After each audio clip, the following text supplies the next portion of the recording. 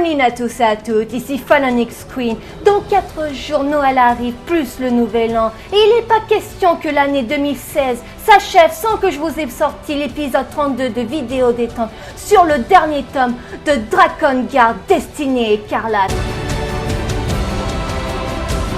Ah, quand même!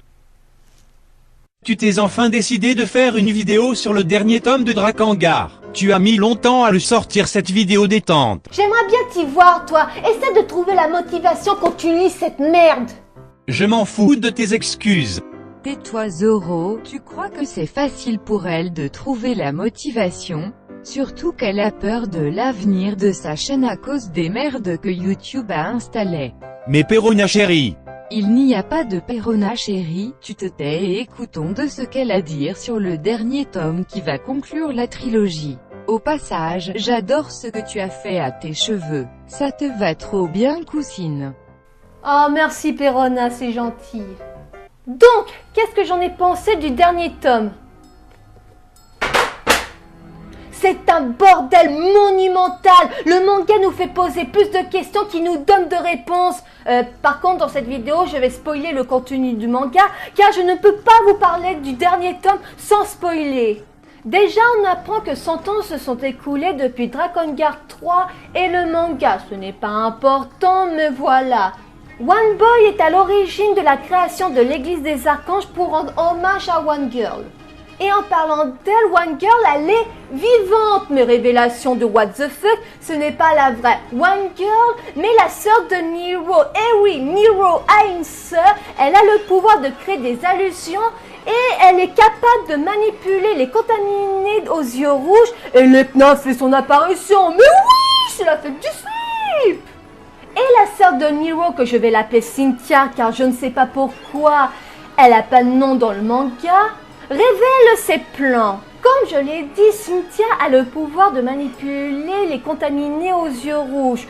Comment? Je ne sais pas, c'est pas expliqué. Même dans les interviews, ils expliquent pas pourquoi les elfes ou certains elfes ont la capacité de manipuler des personnes qui sont contaminées par la maladie des yeux rouges. Elle révèle à son frère et à One Boy qu'elle a dû tuer le chef des elfes pour qu'elle puisse augmenter ses pouvoirs, pour qu'elle puisse manipuler et contrôler toute une armée de soldats aux yeux rouges. Et le but de Cynthia est de faire tomber le monde dans le chaos avec l'aide de son armée de soldats aux yeux rouges pour faire couler le sang et faire sombrer le monde dans la folie. Même Lekna a son propre plan. Lekna veut détruire les endroits où One Boy et Nero sont passés, car, révélation de what the fuck, on apprend que depuis le début de leur chasse aux yeux rouges, c'est One Boy qui propageait la maladie des yeux rouges. Comment ça se fait, vous vous demandez? C'est pas expliqué dans le manga. Le mec, c'est un virus T à lui tout seul. Cynthia, Lekna et même Nero veut détruire le monde en utilisant la maladie des yeux rouges. Et en parlant de Nero, on apprend que Nero peut utiliser la magie et qu'il a scellé ses pouvoirs. On ne sait pas pourquoi ni pour quelle raison il a fait ça. Pourtant, Cynthia, quand elle était en One Girl, elle avait de bons arguments. La fausse One Girl voulait utiliser la maladie des yeux rouges pour faire régner la paix et l'ordre. Ça aurait pu le faire et on aurait pu se dire « Merde !» En fait, l'Empire avait de bonnes intentions, mais malheureusement, ça mettait en danger la vie de Fulial.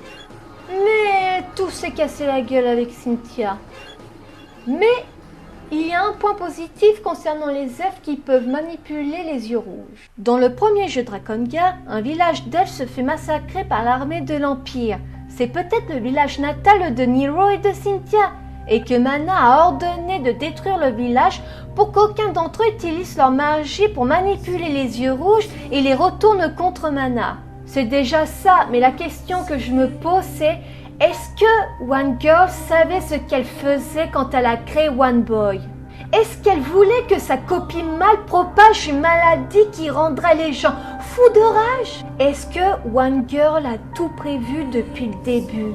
La conquête des 5 domaines, la perte de ses sœurs, sa chute, la chute de Zero, One Boy, la maladie des yeux rouges.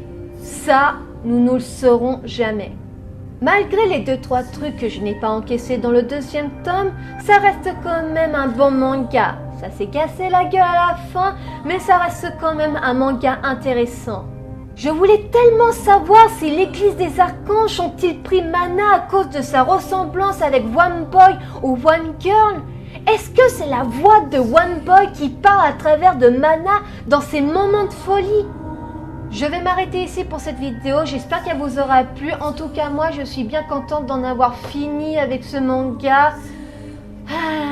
Beaucoup de questions qui restent encore sans réponse. N'oubliez pas de vous abonner sur ma chaîne YouTube pour ne pas rater les prochaines sorties de mes vidéos, de vous abonner sur mon compte Twitter et Facebook pour ne pas rater les prochaines annonces de mes vidéos. Je vous souhaite une bonne journée ou une bonne soirée selon l'heure où vous regardez ma vidéo. Big kiss à tous et à toutes.